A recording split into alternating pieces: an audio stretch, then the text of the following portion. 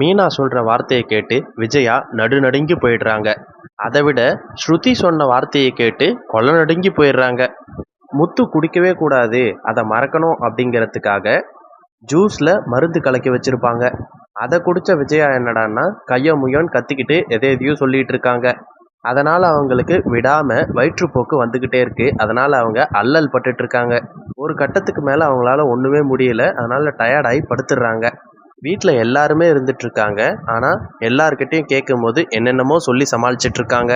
அவ்வளவுதான், என்னால ஒண்ணுமே முடியல, என் கதை முடிஞ்சிடுச்சு அப்படின்னு பயத்துல புலம்பிட்டு இருக்காங்க. அந்த டைம்ல அங்க இருந்த மீனா சொல்றாங்க, அத்தை உங்களுக்கு ஒண்ணுமே ஆகாது, அதெல்லாம் ஒன்றும் இல்லை, அது ஒரு மருந்து தான், அதை நான் தான் கலந்தேன் அப்படின்னு சொல்றாங்க. என்னது, நீ மருந்த கலந்தியா? அடி பாவி, நான் எப்ப பார்த்தாலும் உன்னை திட்டிகிட்டே இருக்கேன்ட்டு நீ எனக்கு மருந்து கலக்கி கொடுத்துட்டியா? அப்ப என் சோழி முடிஞ்சுதா, அவ்வளவுதானா அப்படின்னு என்னென்னமோ புலம்பிட்டு இருக்காங்க.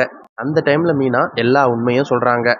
அத்தை, முத்து குடிக்கவே கூடாது, அந்த ஞாபகமே வரக்கூடாது அப்படிங்கிறதுக்காக அவருக்கு மருந்தை ஜூஸ்ல கலக்கி வச்சிருந்தேன், அவர் குடிக்கிறதுக்காக கலந்து வச்சிருந்தேன், அதை எடுத்து நீங்க குடிச்சிட்டீங்க, அவ்வளவுதான் விஷயம், கொஞ்ச நேரத்துல அதுவா சரியாயிடும் அப்படின்னு சொல்றாங்க.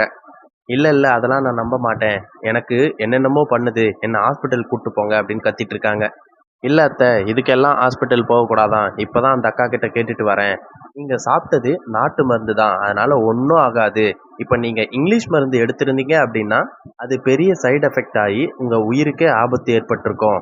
இதை கேட்ட விஜயா, என்னது உயிருக்கே ஆபத்தா அப்படின்னு வாயை புழக்கிறாங்க. அந்த டைம்ல ஸ்ருதி, ஆமா அத்தை, நான் கூட கேள்விப்பட்டிருக்கேன், நாட்டு மருந்தையும் இங்கிலீஷ் மருந்தையும் ஒரே டைம்ல எடுக்கக்கூடாது, அப்படி எடுத்திருந்தீங்க அப்படின்னா உங்க சோழி முடிய வாய்ப்பு இருக்கு அப்படின்னு சொல்றாங்க.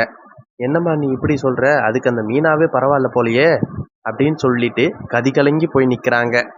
என்ன நடக்குதுன்னு பார்ப்போம்.